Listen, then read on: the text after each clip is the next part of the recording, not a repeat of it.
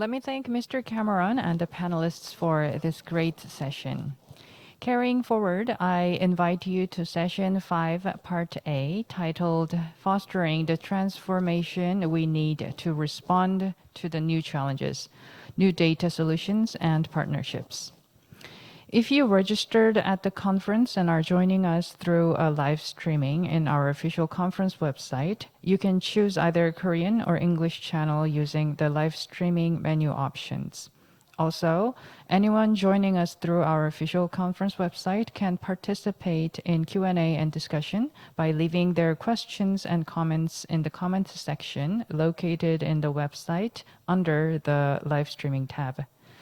The website also provides detailed information of this conference, including its program, biography of speakers, and the presentation materials for downloading. With that, let me introduce the chair of this session, Ms. Jenna SLOTIN, Senior Director of Policy at the Global Partnership for Sustainable Development Data, known as GPSDD, will be chairing this session. Ms. SLOTIN leads the GPSDD's work to translate norms into action for equitable, responsible, and sustained data use for development. She has over 12 years of experience in the UN working for policy-related issues, including the sustainable development and peace building, with a particular focus on the 2030 Agenda, development data, and the UN's peace building architecture. She has published several independent reports on peace building and fragile states and co-managed a research program on these topics at the International Peace Institute.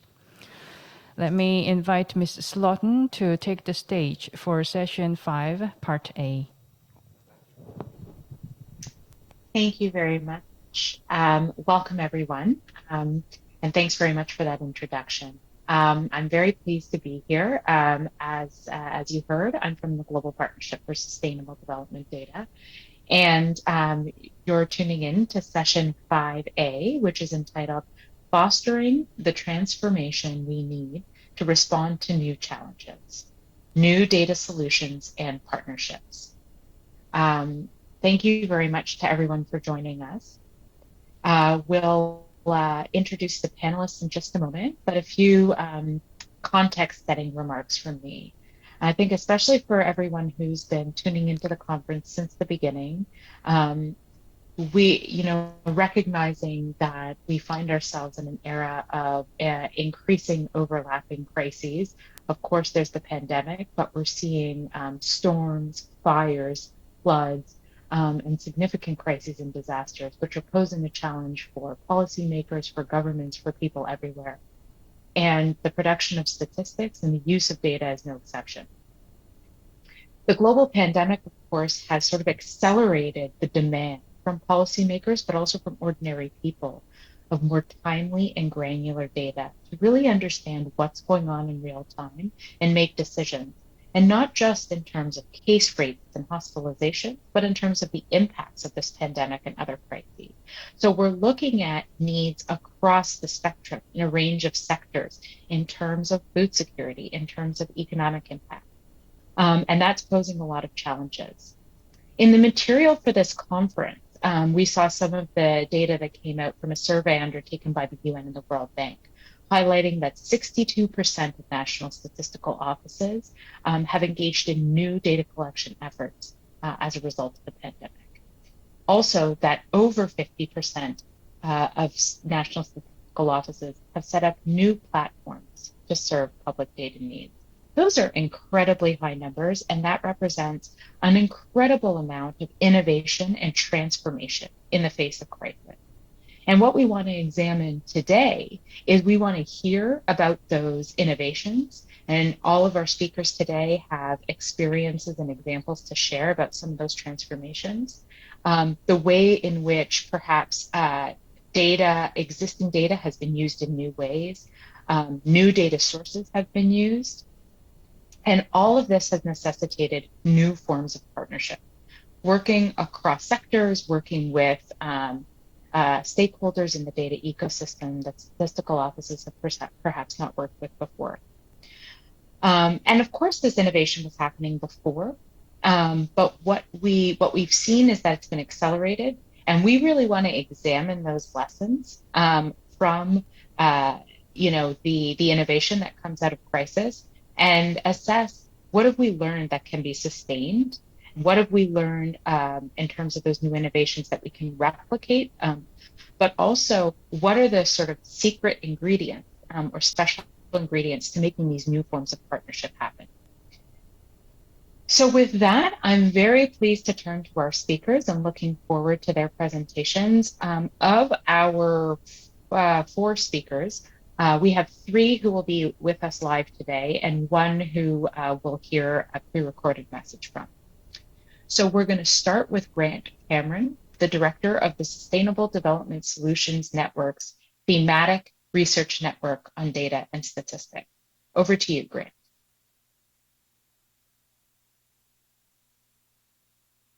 Thanks, Jenna. It's good to be here, and thanks everyone for participating tonight in this session. It's much appreciated, and I'd like to thank both the UNSD and perhaps even more importantly, our colleagues at Statistics Korea for hosting this international conference.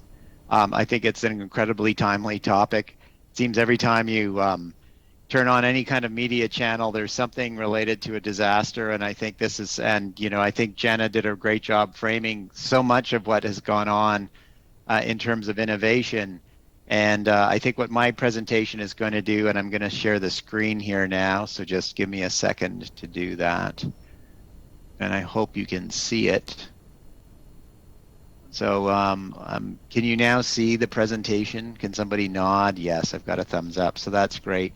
And this is really work that's really predated the pandemic. I mean, we did it through the pandemic, but some of what I'm going to be talking about today is work that's been a little bit longer in nature. And I think the nice thing about this work, I think it's nice. I hope you find it nice too, is that I think it might help us set up ways of thinking about how we prepare for whatever's next. There's that old adage that generals are always preparing for the last war. So how do you sort of take the experiences that we've all captured and lived through in COVID in statistical production, dissemination, and connections with users, and how do we avail of new sources, and how do we think about how we can do that without necessarily knowing where the next pandemic or the next crisis is really going to drive the demand for statistics. So the title of this work is Leveraging Partnerships to Harness Big Data. And this piece of work was focused on national SDG monitoring, but I think it's very germane for this conference. And the main author of this work was Dr. Cameron Allen. He's a senior advisor at Trends and also a research fellow at Monash University in Australia. And myself and another one of my colleagues, Hayden Dam at Trends, made some contributions to this work. And it's really based on a thorough literature review of both the academic and the gray literature, as well as extensive interviews with some of you in the audience and many others who work in national statistical offices.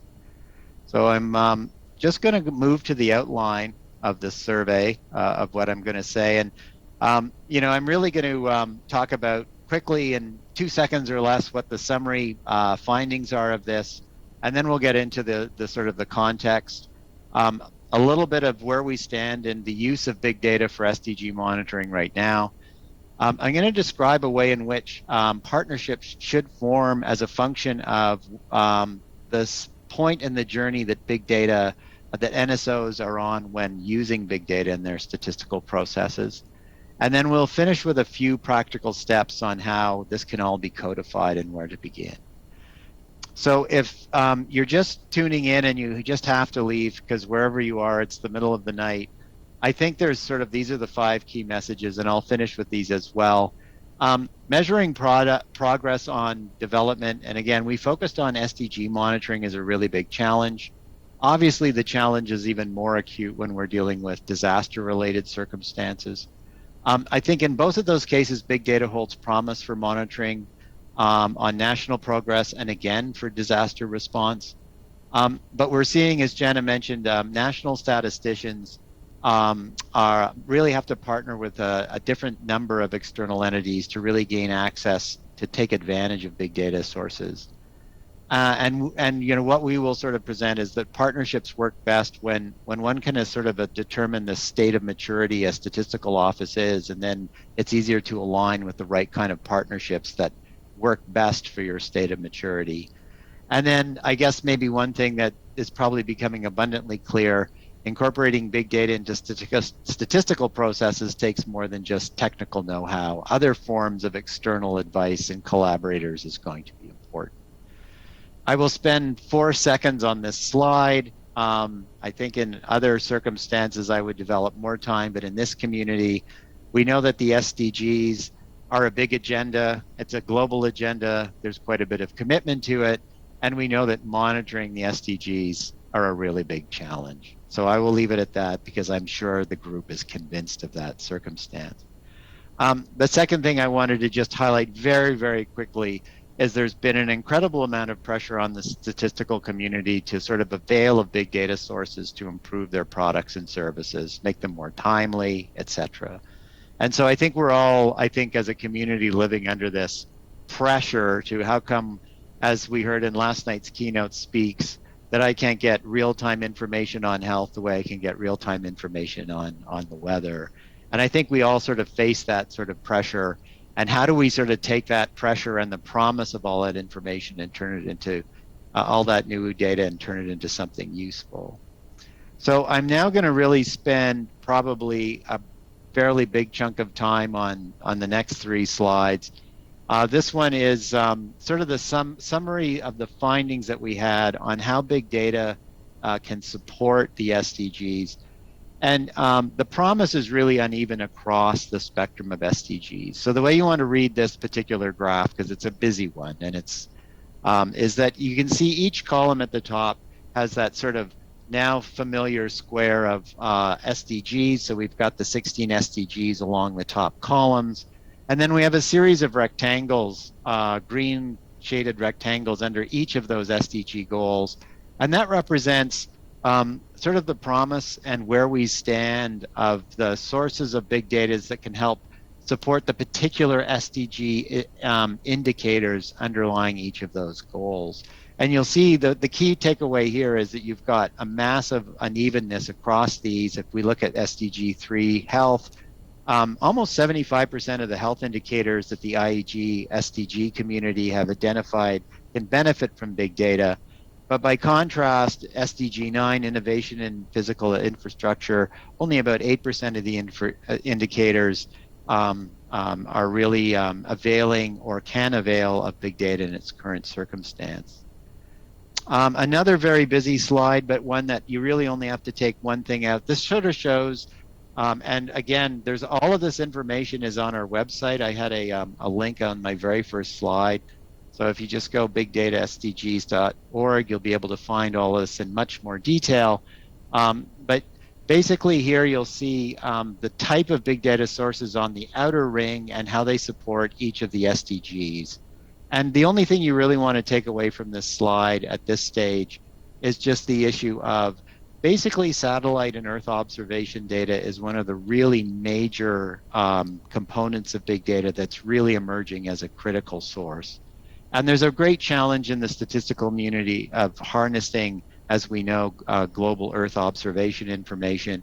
It tends to be done by a series of different types of producers, and oftentimes the sort of the technology and the capacity for the statistical office to sort of trust things from those global sources is challenged. So there really is work to be done to sort of better tighten the development of statistics, and particularly for disaster response, and their connectivity with the Earth observation community.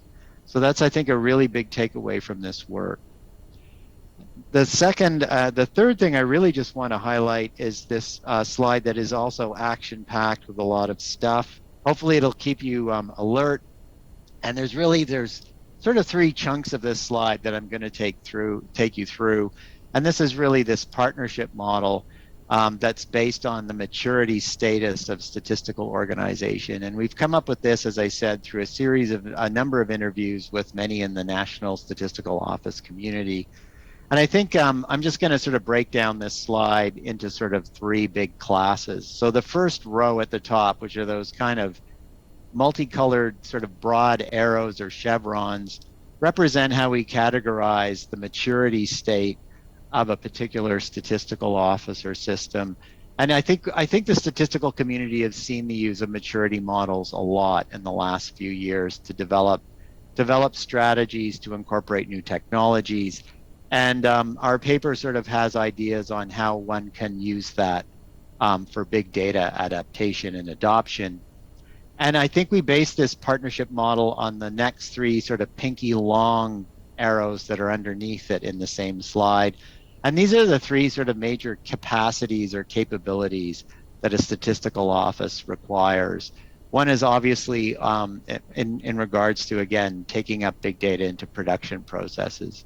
One is sort of just the organizational awareness, literacy, the support, big data use cases. So that's kind of a organization and cultural kind of dimension.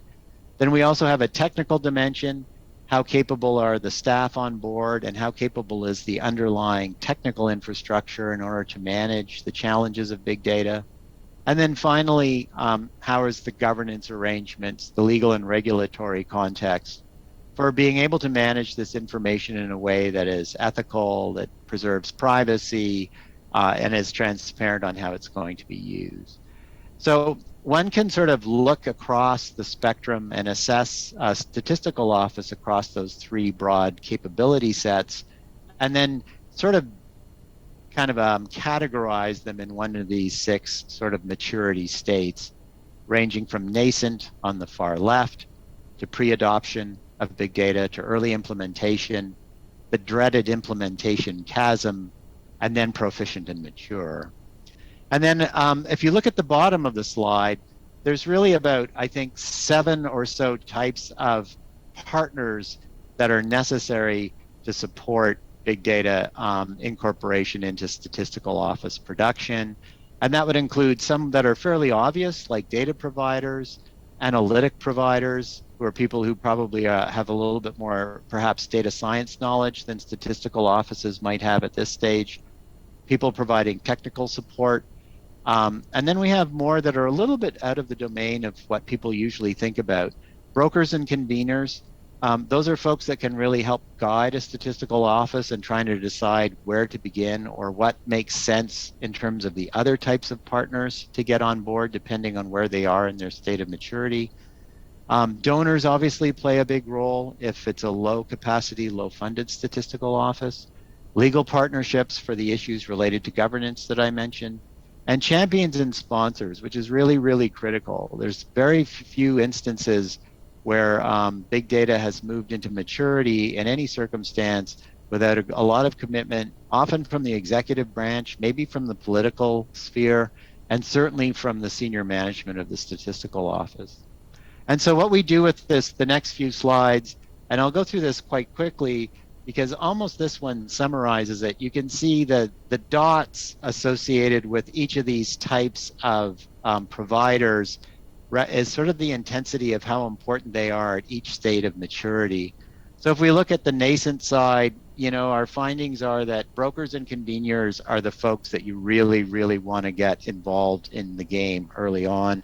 Nascent stage to us represents a pre-big data environment.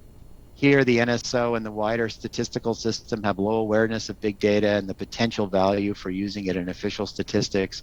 And so the key partnership here is with knowledge brokers and convening organization that can raise awareness of big data's potential and start to build trust inside the organization for these new approaches.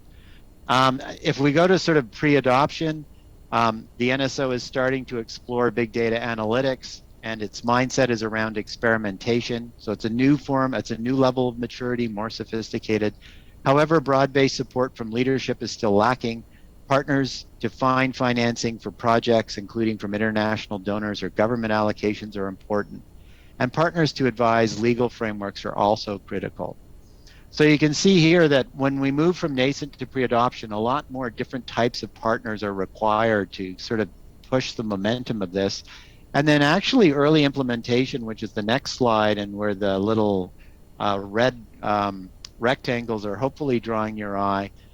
In early implementation, it really is an all hands on board scenario. You really need to have a way to manage data providers, deal with the analytics, the technical partners, all the way and require the champions and sponsors. And this is because, you know, the statistical office at this stage of maturity is collecting big data from providers in different formats. They're beginning to make the investments in necessary infrastructure. And they're probably availing of a lot of external partners for technical and analytical expertise at this stage to complement their in-house capacity. So you can see at this stage, it's very, very intensive to have a array of partners on board. And I won't sort of go through in a lot of detail the remainder of the slide. The chasm, just in case, this is something that comes out of the organizational effectiveness literature. This is something where it's actually really hard. There is a kind of a glass ceiling between early adoption and more mature production stages that statistical offices need to overcome. Here you'll find pilot applications that have been deployed, but it's hard to have moved into sort of like the full range of capability governance and sustainable funding to really move this into the integrated production processes of the system. And then, of course, once one passes past the chasm, some of these things like brokers and conveners, donors, and some of the other softer skills start to sort of soften as a requirement.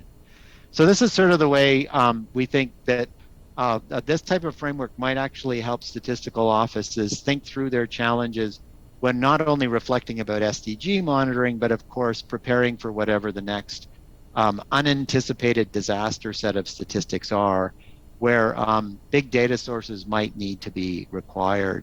So knowing where you are on this scale and then having an understanding of what kind of partnerships would help you best to sort of navigate you through this journey, I think is something that it's important.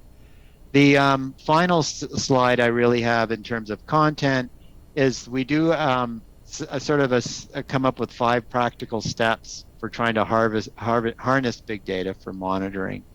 And, you know, I would encourage you to go to our website again to read more about this. Getting big data partnerships off the ground is obviously going to be a critical practical step. Building the business case is going to be very important. Finding ways to navigate the governance and regulatory landscape is a critical point. Building the human and technical and capabilities and then sort of sustaining these big data partnerships. And I really want to emphasize this last thing on sustaining partnerships. I was just moderating the last session. And I think one of the things we talked about in that session was there were a whole bunch of new partnerships that sort of rushed together in order to address the challenges of COVID and the pandemic to build new products and services. How do we sort of sustain those in a more business as usual model? And so I think that's a big thing that I think the global statistical community really needs to reflect on is taking the sort of the best strands and fragments of those partnerships and not letting them die off when things start to slowly return to normal. So just again, where I'm going to sort of start where I finished, or finished where I started, excuse me. You know, big takeaways are basically these sorts of things are a challenge. Big data holds a lot of promise, but it does require a fairly sophisticated awareness of where you are as a statistical office on this journey of incorporating big data. And it also requires a different mix of different types of external partners and collaborators that will work best with you once you've assessed your state of maturity. And again, just to reiterate, incorporating big data into these processes takes a lot more than just technical know-how. So thank you very much for your time tonight, and I will pass the baton and back to Jenna and stop sharing my screen. So thank you. Thanks, Grant. That was a really, really interesting presentation. I have so many questions for you, but I'm going to hold until the end. I think you also created a nice entry point for Mark a little bit later in our panel on the geospatial information of the data source, satellite data, Earth observation. But before we go on to Mark, we are going to hear from Rolando OCAMPO, who's the director of the Statistics Division at the Economic Commission for Latin America and the Caribbean. I believe we have a pre-recorded presentation. Is that right?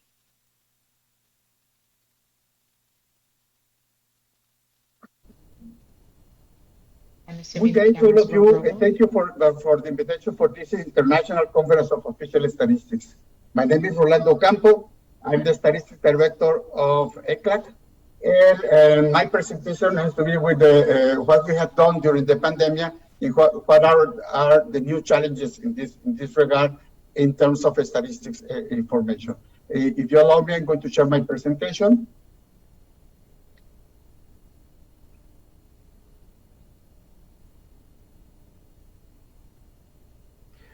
Okay, as I mentioned, what I'm going to share are the new data solutions and partnerships that we have done during the pandemic and what are our new challenges. First, let me begin with some actions that the National Statistical Offices have to make during the pandemic. And let me give you some examples. So for example, say they have to use alternative methods for the data collection of establishments. And so these new methods, with these new methods, they reach at least 50% of the information. So some offices and most of the offices have to go back to home and work and do telework. Some countries develop geoportals for visualization and monitoring the following of the COVID, the movements of the people during the pandemic. In addition, the countries have to change the way of taking information from the household surveys and use telephone surveys and we support them just to try and calibrate the models to ensure consistency and results. So, as you know, we have suspension of statistical operations in most of the cases, and some countries have to postpone their population census. In terms of in ECLAC, we try to support these activities since the beginning. So we have regional diagnosis. We launched 2 questionnaires, one in March at the beginning of the pandemic in last year, and the other one in May, and try to identify what were the problems that the statistical offices had, and try to support them in this regard. And with this diagnosis, we create 5 methodological documents with recommendations, and we have more than 16 meetings and virtual seminars through our knowledge transfer network of the Statistical Conference of the Americas. So we give some remote technical assistance with national institutions.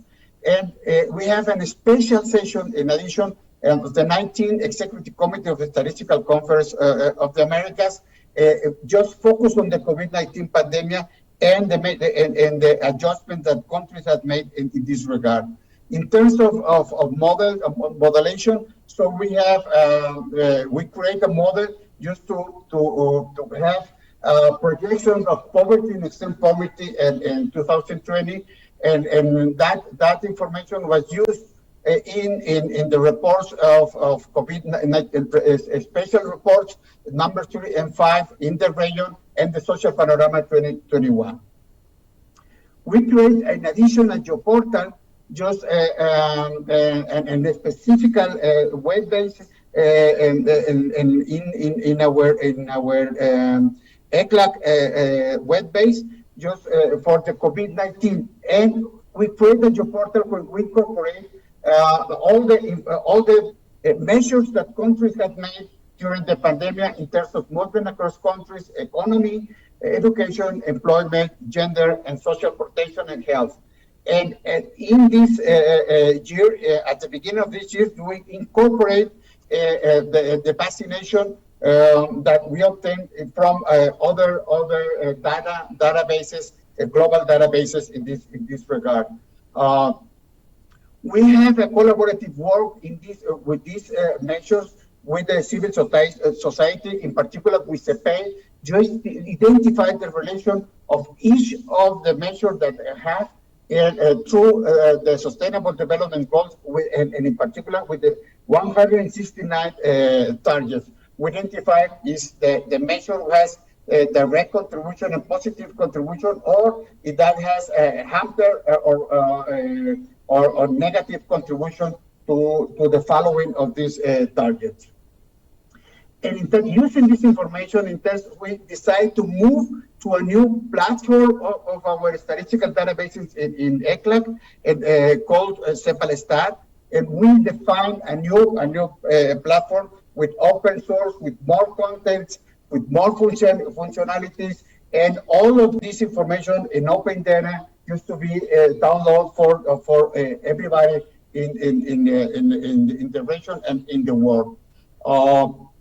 We incorporate components, different platforms with different apps, just to be updated, to update the information. But the most important thing is that we incorporate a job portal in this regard to a job portal that that can visualize all the statistical information that we have in the statistical database from geospatial side.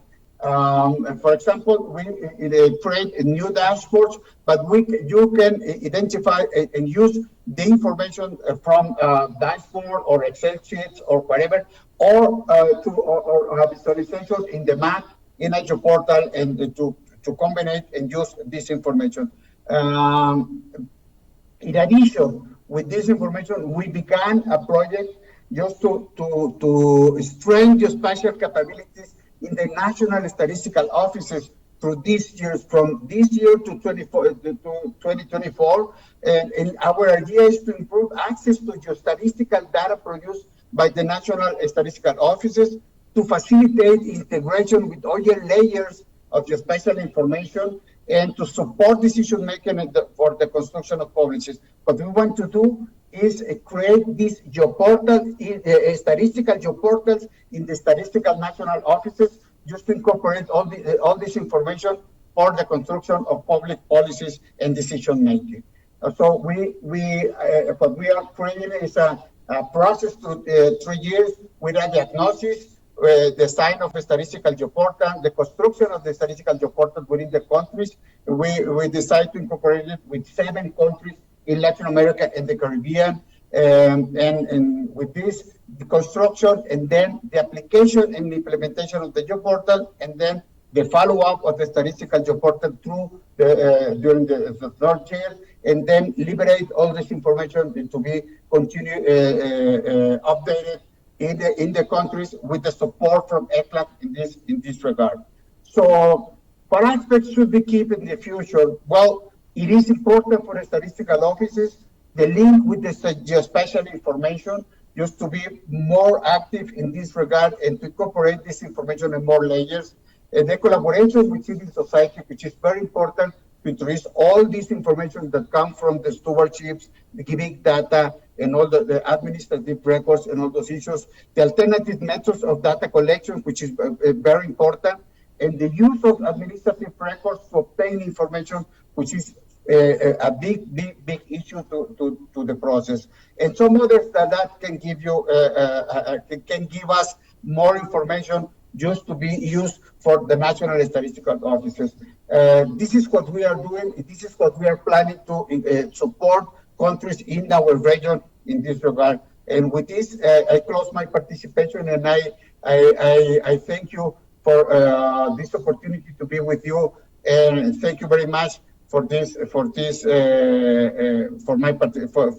invitation. Thank you. Bye bye.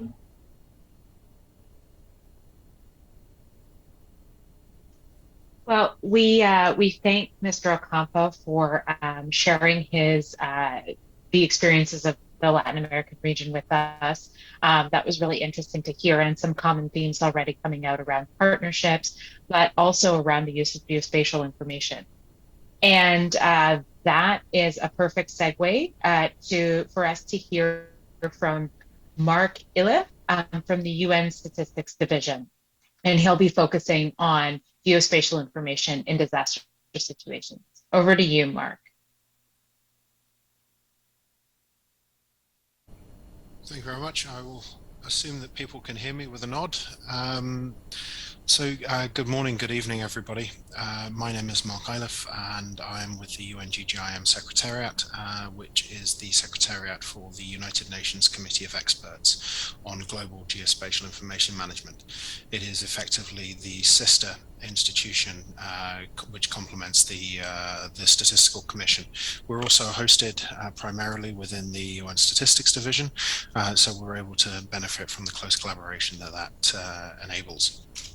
And really, I just wanted to start my presentation today with one of my favorite photos, which is the Earthrise, which was taken from Apollo 8 in December 1968, which is one of the first pictures we have of our planet. And really, it sort of shows us that we're on this little rock in space together. And at the moment, potentially my children or their children will have someplace else to go, but right now we have one planet and we have one place to be. So when we're looking at how we transform our world, we know that we need data. We know that it needs to be high quality, accessible, timely, reliable, and disaggregated by income, sex, age, race, ethnicity, migration status, disability, and geographic location, and other contexts in the national context. But you know, as a guiding principle for the 2030 Agenda and the Sustainable Development Goals, you know, this is the agenda that is trying to keep our planet on track. And unfortunately, even though we have these, you know, the SDGs, due to COVID-19, have really been knocked off track, which was sort of really highlighted within the Sustainable Development Goals report that just was released. And really, we have a real question in front of us. And it's, as the previous speakers have noticed, that there is a large role for geospatial information, for big data, and for all of those kinds of data that have a location component. You know, it's not just about data, it's not just about the technology, it's about bringing it all together. You know, we know that we have artificial intelligence, we have machine learning, we've got the Internet of Things, and we know that we've got the platforms to do it. And at some point, we will have statistics and geospatial information that we'll need to bring together and integrate to cross that digital divide that exists, a geospatial digital divide, for us to really attain the global frameworks that we have in front of us. Not just the SDGs, but it's also the Sendai framework for disaster risk reduction. We've got the Samoa pathway, the Paris Agreement for climate change as well. But really, we're in a better situation than we've ever been. You know, as previously mentioned, that there is a nascent capability of countries using Earth observations, bringing in data from mobile phones, from citizens, but also integrating sort of the massive geospatial information that's already there to solve the problems that we have. So at the heart of this, it's integration. It's bringing it all together. So how can we do that? And how we do it, it's not just within the National Statistical Office. You know, as Rolando mentioned, you know, it's involving the different agencies and the different entities within the national ecosystem. It's the National Geospatial Information Agency, it's the National Disaster Agency, it's the National Land Registries, it's the private sector, it's the NGOs, it's civil society, bringing it together within national statistical offices. But also, you know, previously within the SDGs, the National Statistical Office has been at the paramount of that. What role does the National Statistical Office have with respect to certain SDGs and certain indicators? For example, indicator 5.A.1, which is the proportion of total agriculture with ownership or secure rights over agricultural land disaggregated by sex, and B, the share of women amongst owners or rights bearers of agricultural land by type of tenure. The statistical agency obviously has a responsibility to be a custodian of that data, to be able to push that out, but it's going to involve many different components of the national ecosystem to collect that data. A National Statistical Office isn't going to become a national land registry overnight. So how can we build and strengthen those institutions within the national ecosystem to make sure that the National Statistical Office can do what it does best, which is reporting that data, which is pushing that data out, which is making sure it's in the hands of the decision and policymakers to make that evidence-based decision making.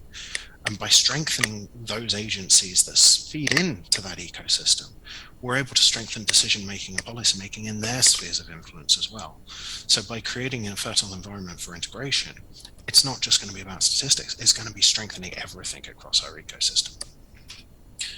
So what is the right data? What data do we have? And this is the point of the global fundamental geospatial data themes. Developed by the Committee of Experts, there are 14 themes that are considered fundamental for attaining the SDGs. So if you're wondering as a country, okay, what data do I need? This is a great place to start, because you've got these different data sets and data themes from which you can create data sets that help you progress on your journey towards attaining the shared vision of the 2030 agenda. What are the frameworks that are out there? We have these global development frameworks, as we know, but we've also got global geospatial frameworks. And I'll talk a bit about those now. At the top of the list, we have the Integrated Geospatial Information Framework. Within disasters, we have the Strategic Framework on Geospatial Information and Services for Disasters. But also on the integration piece, we've got the Global Statistical Geospatial Framework, which really shows how to build the bridge between the statistical and the geospatial communities. And these are high-level frameworks. These are frameworks that can be used at a high level for you to identify the principles and practices that you need to develop at a national level.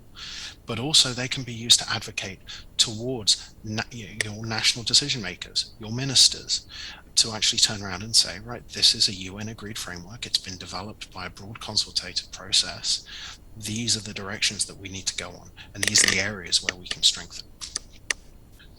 So on the IGIF, the Integrated Geospatial Information Framework, it provides a basis and a guide for integrating, strengthening, and maximizing geospatial information management and the related resources in countries. It's meant to be, a very high-level policy framework for decision makers. How do you implement the IGIF? You do it through its 9 strategic pathways. They're a jigsaw puzzle. And the reason they're a jigsaw puzzle is because they're all interrelated. They're interrelated because you need to understand that these things are not meant to be built in silos. They're meant to be done through integration, by bringing things together. So when you're actually bringing these pieces together and they're all joined, you're going to have a connected, integrated ecosystem nationally that's going to be much stronger than something that is a bit more disfranked, that is a bit more fragmented, that isn't able to be used in that way. And you'll note that they're guided by 3 principal areas of equal influence, whether it's governance, technology, and people. And this is the thing, in Grant's presentation, it was talking about big data and how big data comes through. And big data, as it was rightly put, is not just about the technology, it's also about the governance around big data. It's about the legislation. It's about accepting that we need to be using these technologies. It's about training people in the institutions to be able to use this data. And it's about having that technology available for you to achieve the benefits as outlined below. The GSGF, the Global Statistical Geospatial Framework, enables a range of data to be integrated. It really sets out for National Statistical Office, this is how I bring different data sets in from the geospatial community, ultimately ending up with harmonized and standardized, geospatially enabled statistical data from which you can make informed decisions. Through the Strategic Framework on Geospatial Information and Services for Disasters, it's a guide for stakeholders to really gain access to geospatial information in the disaster context. You'll note that it's very similar to and mirrors the Sendai framework within its architecture. It emphasizes that the social, economic, and environmental risks and the impacts of disasters can be prevented or reduced through using geospatial information and its services. Now, ultimately, within this ecosystem, by starting to implement the strategic framework on geospatial information and services for disasters, not only are you going to strengthen your ability within disasters, but it'll also start to raise other elements of your ecosystem too. So within this, there is a potential for information overload. So where do I start? And this is where the SDGs geospatial roadmap comes in. Our colleague, Kevin McCormack, in the session this afternoon, or later this morning, if you're in the American time zone, will be providing a much more detailed discussion on this. But it's been developed by the IAG SDGs Working Group on Geospatial Information, the WGGI, with the vision to see location, geospatial and location-based information being recognized and accepted as official data for the SDGs, which includes key strategic messages and facts. And this is, a very key nuance within the language that we use when it comes to geospatial information. We've spoken about geospatial information as being adjunct to official statistics. It's as official and sometimes even more so than statistics. Geospatial information encompasses Earth observations. It encompasses automatic data collection. It encompasses all of these means, which are not sort of formed through a statistical production process. They're formed through an algorithmic process, which can be authoritatively considered to an nth degree as being correct. So if we're assessing land cover or assessing the mountain green index or the water quality, these measures can be done through Earth observations in space. But yet there is still a barrier that we have to accepting these data, as official data for the SDGs and the global indicators. So the roadmap really sets out to build that bridge between those actors and demonstrate how, why, but also how countries are achieving it. Moreover, obviously there's more that we can talk through today, but also, I'd sort of like to highlight the future trends on geospatial information management, which is now in its 3rd edition, and the framework for effective land administration, as well as the standards guide. Now, ultimately, within all of these frameworks, it's about trust. It's about engendering that trust that we can have. So when the data comes to a national statistical office, irrespective of that national ecosystem, we can actually trust that the data we have can be used and then become official statistics. So really, to ask a question, how do we bridge the geospatial digital divide in our ever-changing world? And really the answer is we've got to do it together. We have frameworks, we have data, and we've met them with challenges. We're only going to get that together, especially if we're going to leave no one behind. But, through integration, breaking down those silos, we're going to be in a much better place than when we started in 2015 on our journey with sustainable development. And that situation is only going to get better. So even though the challenges in front of us may seem more immense and larger, especially recently with COVID-19, we do have a better ability to respond to those challenges. And that's the point. We can do it, but we have to do it together because we've only got one little rock in space. And as one of the residents of that rock, I intend to be living on it for as long as possible. Thank you very much. Over to you, Jenna. Thanks a lot, Mark. Really interesting presentation. I hope to live on it with you. This has been a really nice sort of evolution across the presentations because now we're going to hear from Anir CHOWDHURY, a policy advisor working in A2I Bangladesh, which is a unit within, I think, the president's office that's focused on innovation, and he'll tell us more about that.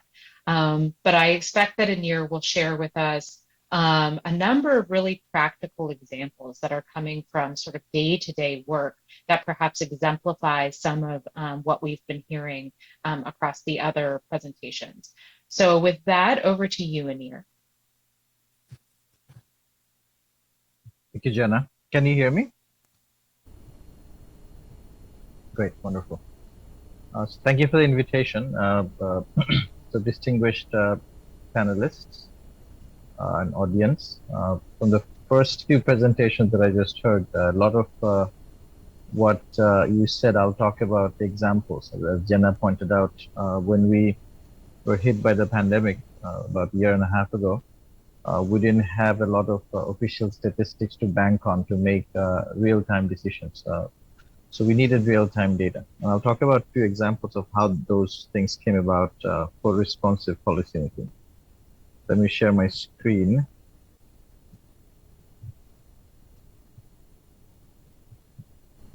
I hope you can see this.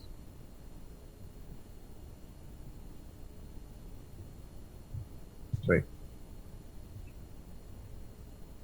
So all of you have talked about collaboration, so new types of partnerships that emerged during the pandemic in an unprecedented way.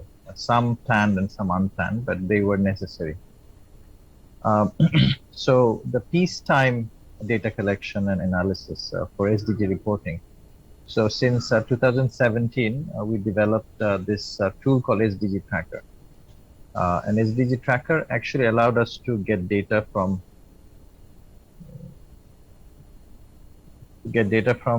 many different agencies of the government. About 80 different agencies pump in data into this one tool. But this was launched at the UN General Assembly by Honorable Prime Minister. And this has been a very effective tool for SDG reporting. We also have a tool for publishing data for open government data. So essentially about 50 different agencies are actually publishing data to the open government data portal. And recently we've also developed a version of the SDG tracker that's for parliamentarians. So the 300 or so parliamentarians in the country can track SDG progress and set targets for their yearly achievement, and then actually meet those targets or track progress against those targets. So this was the peacetime way of doing data collection across different agencies within the government, coordinated by our National Statistics Office, Bureau of Statistics.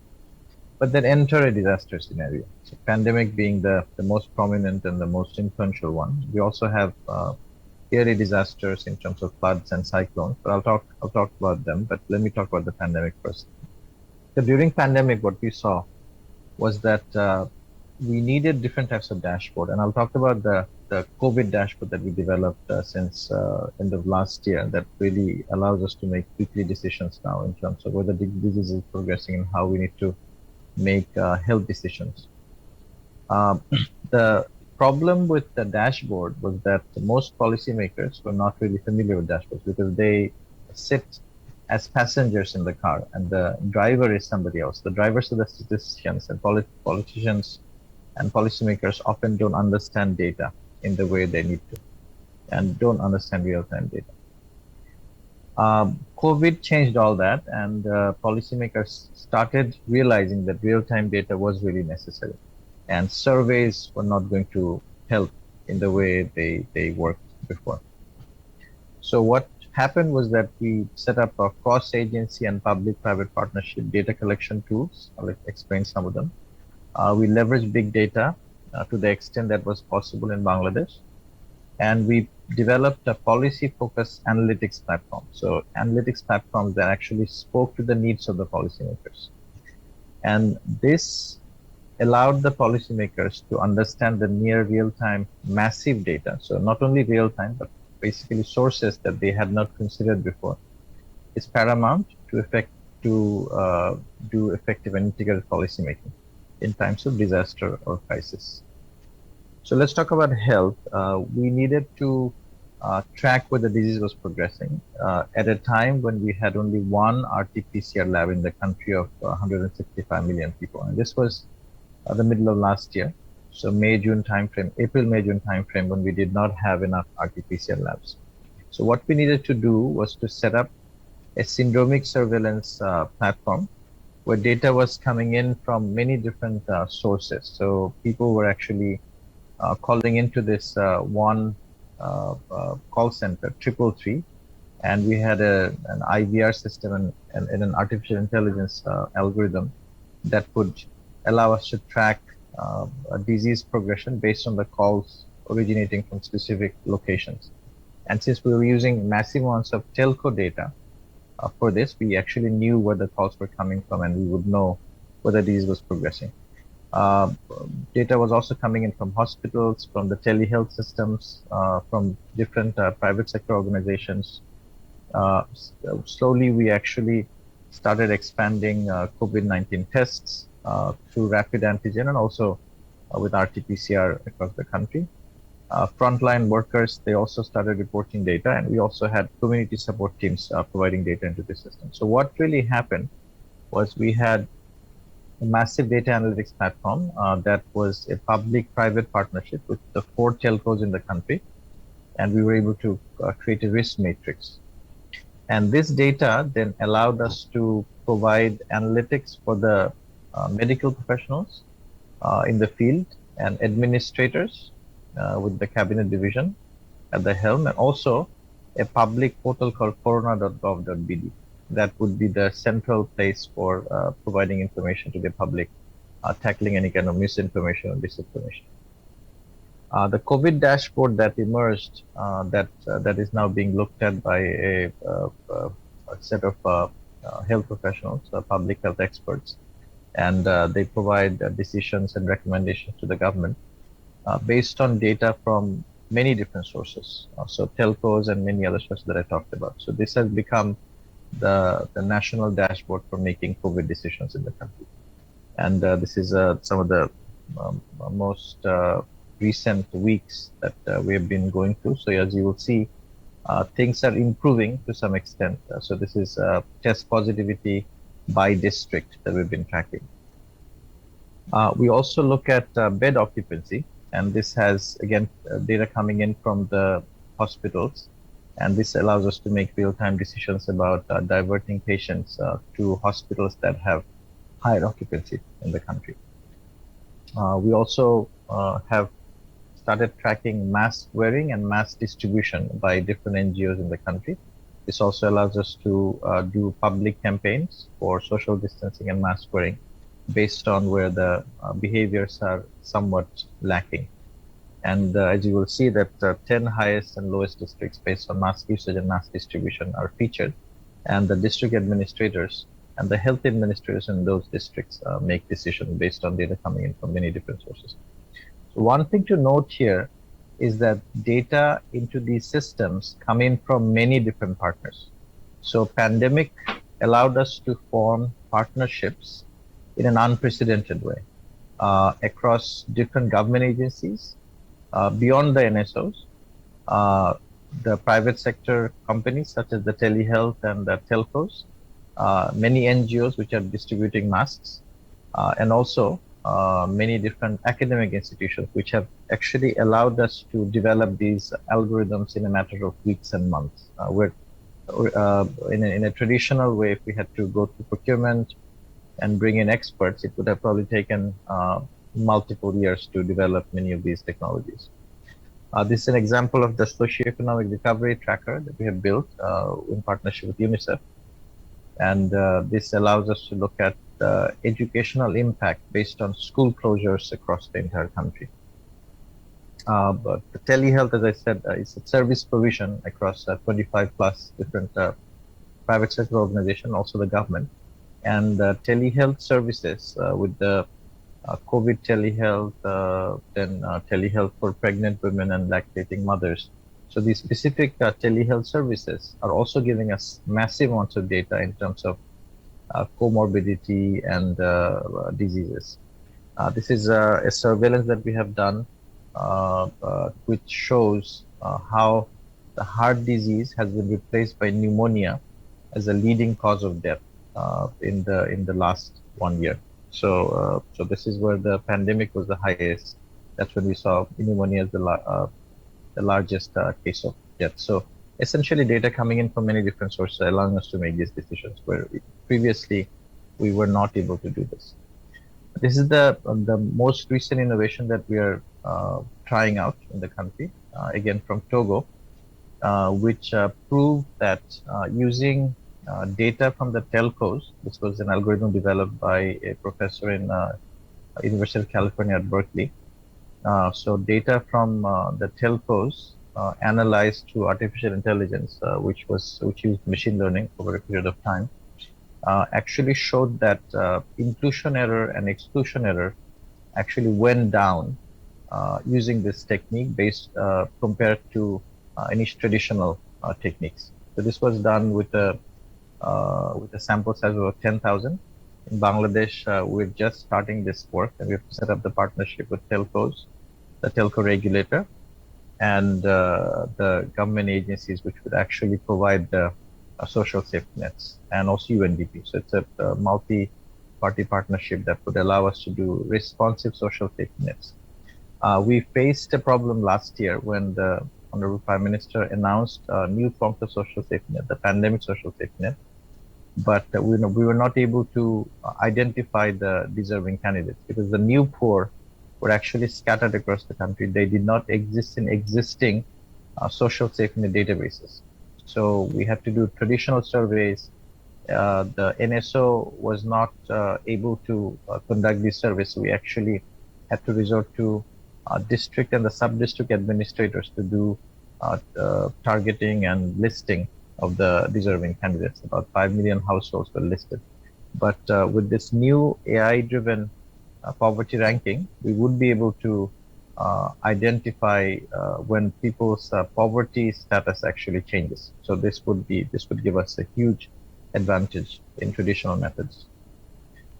We have started partnering with Google. So Google flood forecasting system combined with the hydrologic model and hydraulic model that we had in the country before is actually allowing better flood warning. We have tried this for regular floods. This does not work with flash floods yet, but this has allowed us shortening of lead time from 5 days to 3 days. And hopefully, as the algorithm matures over time, we are expecting even shorter duration, so we can actually make much earlier prediction. This is a longer term problem that we're seeing, and this is not a disaster per se, but this is how the skills demand in the market is changing rapidly because of fourth industrial revolution and also because of shifts like the pandemic. So we're looking at data from about 20 different ministries and 40 different industry associations coming in together to predict how the market is actually changing in terms of skills demand. So I just wanted to bring this up, not as a disaster scenario, but also as a scenario where partnerships across different public agencies and private sector agencies are actually giving us a look into the future and allowing us to do better policy making. South-South cooperation is something I want to just point out, that this has really been helpful. We developed a network called South-South Network for Public Service Innovation about 3 years ago. It now has about 42 different countries from different parts of the world. And these countries have worked together to not only share innovations, but also different stories of experimentation, some of which have failed, but the stories of experimentation has really been helpful in learning from each other. So I want to end with this 7-pronged approach that has really helped us. We call it the collective intelligence for improved policymaking. And I've talked about some of them already. The first one is breaking traditional data silos, very important.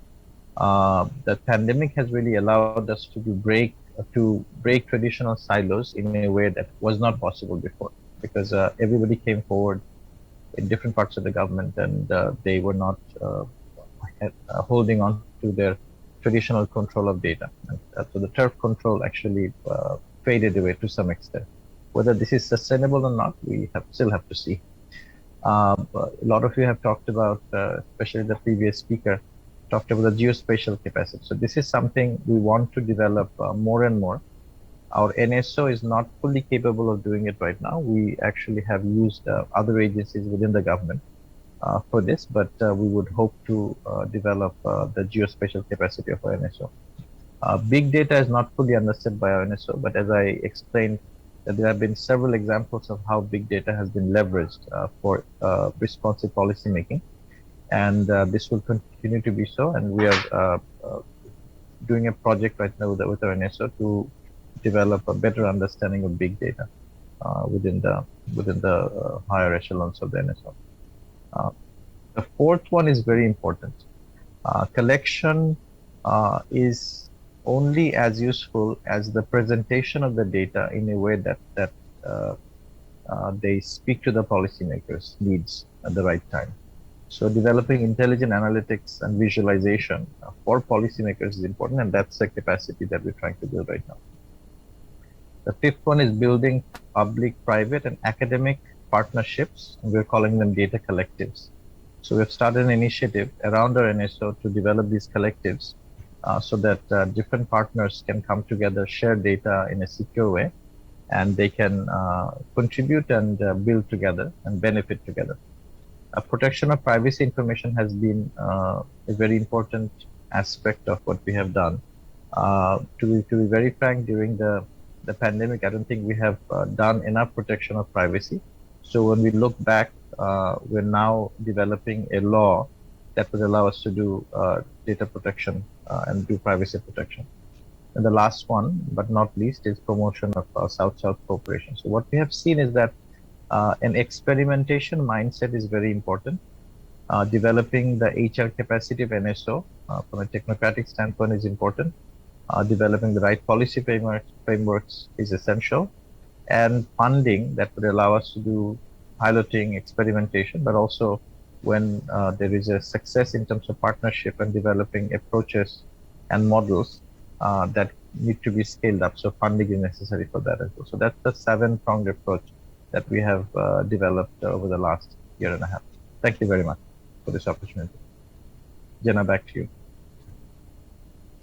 Thank you so much, Anir. It was fascinating and incredible to see the sort of multifaceted partnerships and diverse stakeholders coming together in many of the examples that you shared. So by my clock, we have 15 more minutes in our, or pardon me, 10 more minutes in our session. And I'm going to pose a few questions to our panelists. Of course, Mr. Ocampo is not with us, so the 3 other panelists. And I'm going to pose sort of one question on a theme where I have some specifics for each of you. And the theme I'd like for each of us to focus on is the question of partnerships and how to get different stakeholders to work together in a sustained way. So for Grant, I noticed, of course, you highlighted that the number of stakeholders or partners that need to be involved is highest in that pre-adoption and early implementation phase of your maturity model. And I wondered if you had any insights as to the coordination capacity that is required to manage that phase, right? Because it's early in maturity and using big data, but I imagine also in partnership management, and yet it has high demands from the perspective of coordination. So I wanted to get your views on that. For Mark, your question is going to be around what you see as the barriers to collaboration across institutions coming from your perspective in the geospatial information community. And for Anir, in a very practical sense, you gave us so many great examples of partners from private sector, from civil society, bringing different data sources to bear, and across government. I mean, challenges, typical challenges outside of a pandemic, you would see massive barriers to getting that information from the health centers or from, the employment centers. Like typically that kind of data sharing across government is not straightforward and easy. So what made it work, and how are you going to be able to sustain that level of collaboration? So that's my question for you. So we'll go to Grant first. Please, I'll give you about 2 minutes each, and maybe 3 if you're lucky. Go ahead, Grant. Good. Well, no, and thanks for the question. And yeah, and I enjoyed the other presenters as well in their presentations. I thought they were really helpful. I think in regards to this notion of the coordination burden, I think the study that we did found that in many cases you are building off a kind of something that isn't quite at early implementation, but there has been collaborations established. So it is sort of just starting to sort of continue to build the building blocks on what is there. So if you do have circumstances where you have been collaborating with a geospatial entity or with a telco, that gives you sort of the foundation to sort of plan a little bit more carefully to go from what the sort of that pilot phase is into the early implementation phase with a partner that you've already been working with.